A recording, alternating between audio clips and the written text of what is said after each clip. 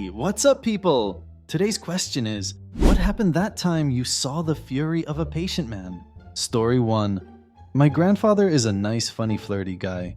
Was an executive at a manufacturing business after being the third employee. Everyone gets along with him, and he was fairly well off in my small town. One day, my cousin and I were helping him with some work, and we go to the store. There is a lot of poverty in my hometown, and one of the poorer families was at the store. My cousin makes some comment, he was kind of a shit at this point, about them being poor and what they were doing at the store because they couldn't buy anything or something along those lines. My nice grandfather grabs him and slams him against the wall and says, "Nothing in your life makes you better than them. Right now, I'd rather have them buy me than you." He then makes my cousin go apologize, and my grandfather announces that my cousin will pay for whatever they're getting. He makes my cousin work off the expenses for him to prove a lesson, and now that cousin is a stand-up social worker specializing in poverty, abuse, and rehabilitation. The only time I have ever seen my grandfather be aggressive. Story 2. Working in an auto parts warehouse, one of our managers was a very quiet, collected person. One particular day, some of the orders were wrong, and the ordering system was malfunctioning. He calmly goes out back, starts up a forklift, and rams it full speed at a huge stack of wood pallets. He must have thrown it in reverse and repeated this about a dozen times, raising and lowering the forks appropriately.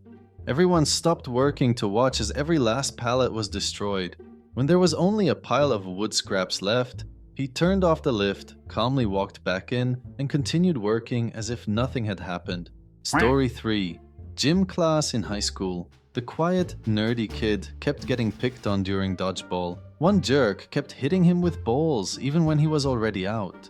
The quiet kid wasn't tiny. He was about average sized, maybe a little taller than average. He eventually lost his temper, ran across the court, and literally delivered a double-handed choke slam to the jerk. Being a bunch of teenage boys, we all lost our cheering for him. He got suspended for 3 days, but it was reduced to 1 day in school after a bunch of us went to the principal and explained the circumstances. Story 4. Twice in 20 years, I've seen the fury of my very patient, docile, and kind stepdad. The first time was when some 12th graders chased my brother and cousin all the way from school to our backyard, threatening their lives with pocket knives. Stepdad calmly walked to the backyard, grabbed the big kids by their throats, and lifted them up, pinning them to the fence. "Stay the hell away from my kids," was all he said, in a calm, teeth-biting kind of way. The kids booked it faster than I've ever seen anyone run, and they never bugged my brother or cousin again. Then we all went inside and made burgers. The second time was in my angsty preteen years when I called my mother a b****. He turned at me, and I've never been so scared in my life. This time, he was rightly pissed and screamed at me until I was backed up against our bar counter, shielding myself with the bar stool legs.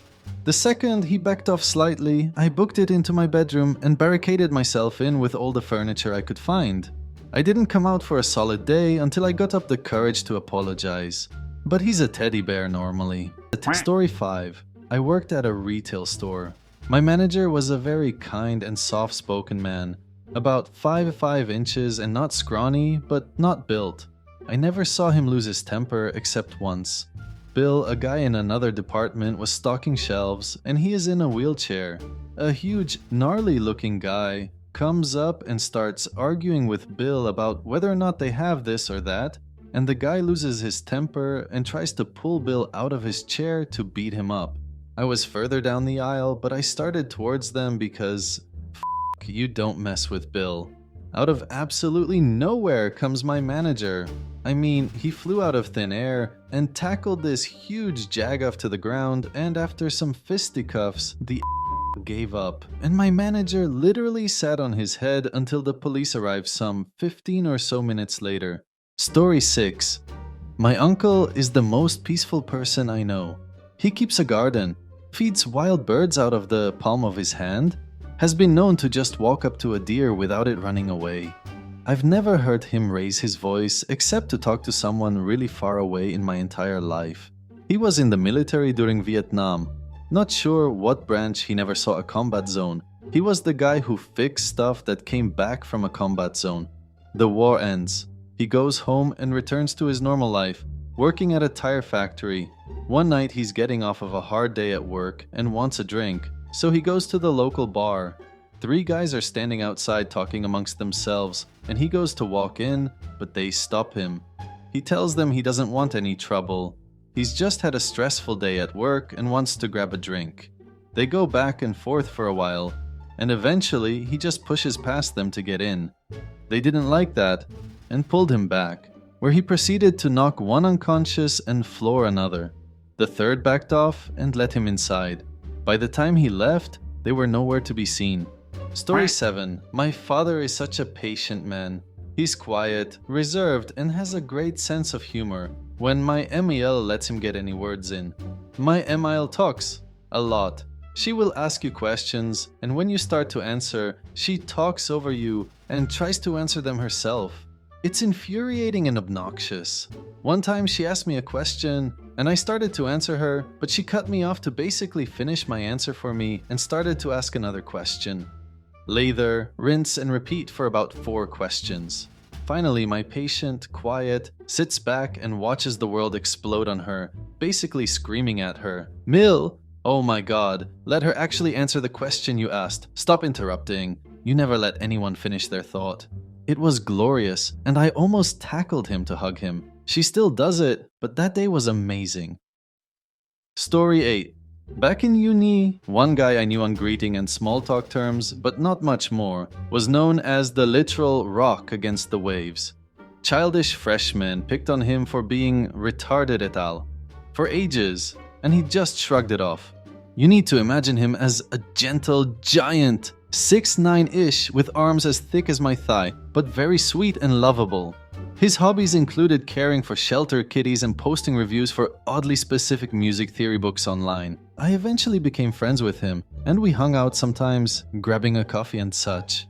One day, we were avidly discussing something when 3 of the childish freshmen came by and pestered him. He informed them twice that we were currently talking and they should not disturb us. Please and thank you.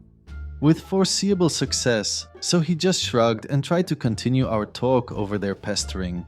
Frustrated that they did not succeed, one of them resorted to the last straw of a childish bully and called his mother a Fun fact, his mother died when he was 14, and he never fully came to terms with it. He took a deep breath, stood up, and grabbed the offender by his head, swinging him like a club at the others and kicking them into next Tuesday when they were all on the ground, before I and 2 others finally could pull him off, and he instantly calmed down. Story 9. Greg versus Jimmy. This one guy who was in our year at school was gigantic. We'll say his name was Greg.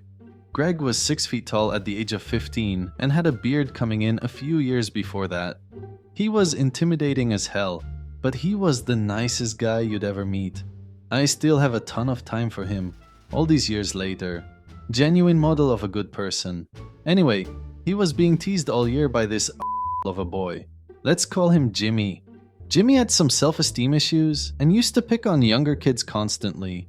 But when he set his sights on gentle Greg, knowing he wouldn't retaliate, it got interesting. Jimmy was rarely in school, but would still hang about the school gates with about 6 or 7 friends, waiting for Greg to appear, then bolt when he finally did. One weekend, we were all out street drinking, as you do, and Jimmy and company jumped Greg. Greg went mental. A couple of Jimmy's pals held us back while Greg managed to knock 4 of the guys clean out before they brought him down. It was like watching the Hulk fight. Jimmy obviously bolted before the actual fighting began. The next Monday at school, he was back to his usual self again, or so it seemed. I didn't witness the next part myself, but I wish I had. Greg hit Jimmy with an uppercut so forceful that he was launched across a school desk and was advised to leave education. Justice. Story 10. I didn't witness this, but my dad told me a story about his grandparents. My great-grandpa and grandma were British and came over sometimes in the 1960s, I think. My great-grandpa fought in the Somme during WW1 and got captured by the Germans and held as a POW, so he had been through some. He was very quiet and generally pretty nice, but he couldn't hear much. My great-grandmother liked her sherry and was always nagging and hassling him. So one day, my dad and his siblings were at my great-grandparents' house, and my great-grandpa was sitting in his chair by the fire, smoking his pipe, while my great-grandam was going on about something. He was generally just ignoring her when she grabbed one of those fire pokers and threw it at him. He had his hands resting on the arms of the chair, and the poker got wedged into the chair right in between his fingers. It didn't hit him though. So my great-grandpa, quietly and unfazed, got up, pulled the poker out, and put it back in its place. He then sat back down and said, "We won't be doing that again, now, will we?" Apparently, my great-grandmother was just petrified because he never said anything remotely confrontational. Story 11. My father is a lawyer who only takes work and finance cases, like someone who was fired unfairly or a bank that messed up someone's credit. He's a very calm, collected, and intelligent man. This situation happened when I was just a baby, when my sister was about 14. She's 13 years older than me. Anyway, she was coming home from volleyball practice one day, and there was construction on the street we lived on. One of the construction workers started whistling and calling her cute and babe in far more vulgar ways, and started walking towards her. Sis started walking faster, but he caught up and tried to grab her, so she dropped her backpack and ran home. When she got there, she told my mom and dad about it. My mom said dad spent some 5 minutes making sure my sister was okay, then told mom, "Stay here taking care of her, I'll be right back." So he goes out to the street, machete in hand. Dad loves camping, and a machete helps to clear some plants in the wild, ready to turn that into 9 different pieces of.